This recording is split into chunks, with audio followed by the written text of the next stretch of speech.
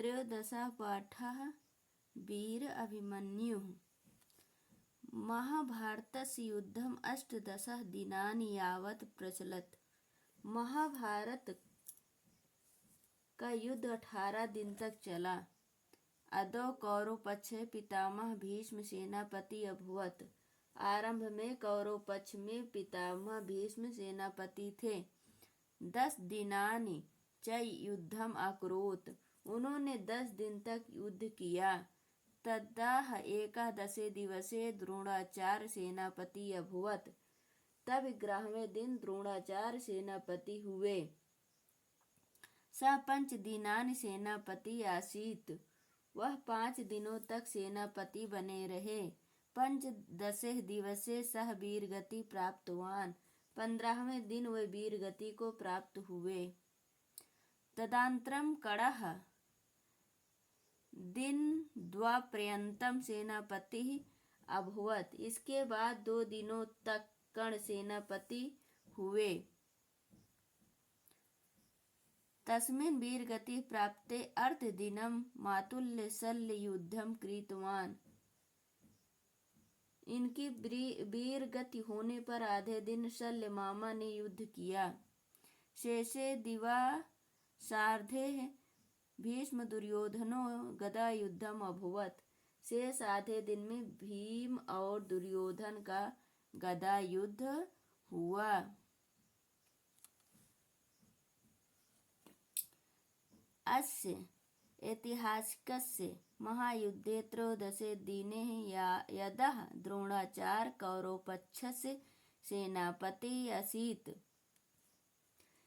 इस ऐतिहासिक महायुद्ध के 13वें दिन जब द्रोणाचार्य कौरव के सेनापति थे, तब दुर्योधनः स्वः विजयाय द्रोणाचार्यम् अतितरं प्रार्थितवान्।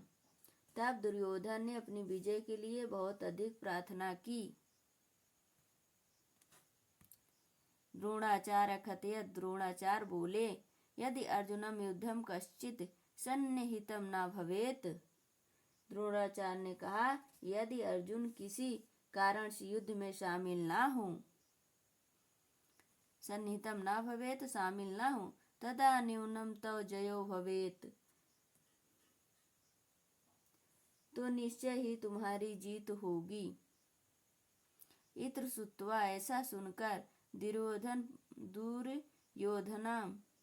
पश्चियां संसप्त नामकः वीरवारः अर्जुनाय युद्धाय आहुः।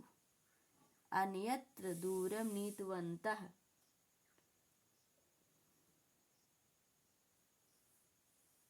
ऐसा सुनकर दुर्योधन पक्ष का संसप्तक नामक वीर वर अर्जुन को युद्ध के लिए बुलाकर कहीं दूर ले गया।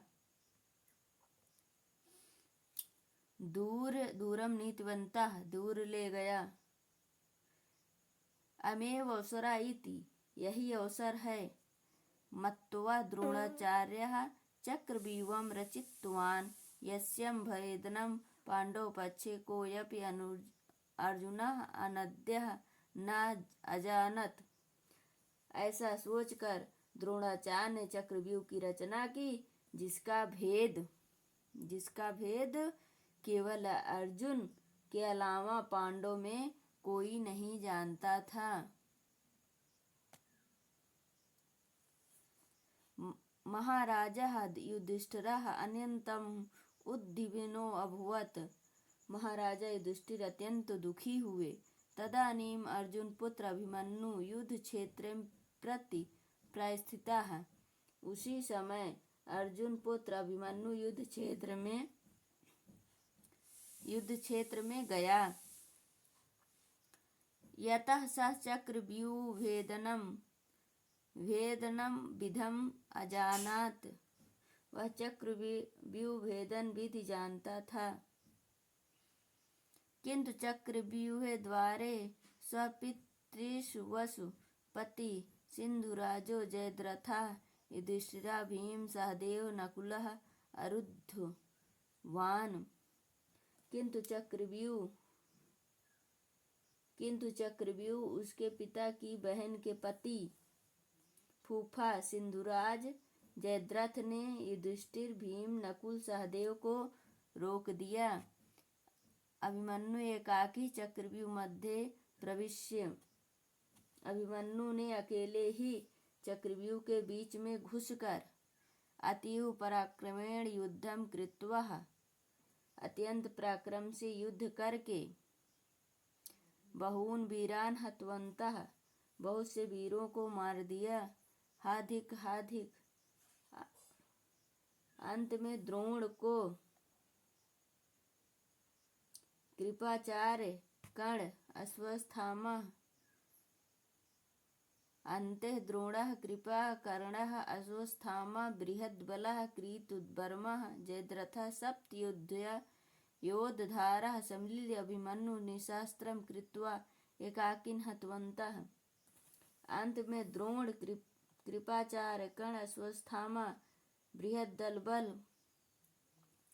कृतवर्मा आदि 7 योद्धाओं ने मिलकर अकेले अभिमन्यु को निशस्त्र कर मार दिया। अभिमन्यु वीर गति लब्ध्वा अमरो भवेत्।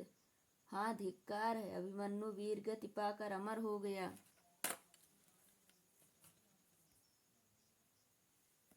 प्रश्न अभ्यास 1 पदेन उत्तरत्। कौरव पक्षे का प्रथम सेनापति अभवत्? भीष्मः। द्रोणाचार्य कति दिनानि सेनापति आसीत्? 5। एकादशे दिवसे का सेनापति अभवत्? द्रोणाचार्य। अर्जुनं विहाय चक्रव्यूहं भेदं विधि का अजानात्? अभिमन्यु। एक वाक्येन उत्तरत्। महाभारतस्य युद्धं कति दिनानि यावत् प्रचलत्? महाभारतस्य युद्धं 18 दिनानि यावत् प्रचलत्। त्रयोदशे दिनानि का सेनापति आसीत्? त्रयोदशे दिने द्रोणाचार्य सेनापति आसीत्। द्रोणाचार्य विजयाय किं रचितवान्? द्रोणाचार्य विजयाय चक्रव्यूहं रचितवान्। चक्रव्यूहे द्वारे पाण्डवान् कः अवरुद्धवान्? चक्रव्यूहे द्वारे पाण्डवान् जयद्रथः अवरुद्धवान्। अधोलिखित पदानां विभक्तिवचनं च लिखत। पदं विभक्तिवचनं। मनोहरं द्वितीय विभक्ति एकवचन। ऐतिहासिकस्य षष्ठी विभक्ति एकवचन। विजयाय चतुर्थी विभक्ति एकवचन। स्वपितुष्वासु प्रथमा एकवचन। पराक्रमेण तृतीय एकवचन। अधोलिखित पदानि समानार्थकैः पदैः सह योज्यते। युद्धं समरः। दिनानि दिवसः। सेनापतिः चामुपतिः। एकाकी एकलः। हतवन्तः मारितवान्। अधोलिखित वाक्यानि संशोधयत शुद्ध करके। द्रोणाचार्य सेनापतिः आसीत्। सः 5 दिनानि सेनापतिः आसीत्। तौ वीरगति प्राप्तवन्तौ। दुर्योधनः सः विजयः द्रोणाचार्य प्रार्थितवान्। अभिमन्यु वीरगतिं लब्धवान्। संस्कृत भाषायाम अनुवादम कुरुत। अनुवाद करके। वीर अभिमन्यु अर्जुन का पुत्र था। वीर अभिमन्यु अर्जुनस्य पुत्र आसीत्। वह अकेले 7 महारथियों से लड़ा। सः एकाकी सप्तैः महारथिभिः युद्धं कृतवन्तः। जयद्रथ ने अन्याय से अभिमन्यु का वध किया था। जयद्रथः अन्यायेन अभिमन्युं हतवान्। अतः अर्जुन ने जयद्रथ के वध की प्रतिज्ञा की। अतः अर्जुनः जयद्रथं हन्तुं प्रतिज्ञाम् अकरोत्।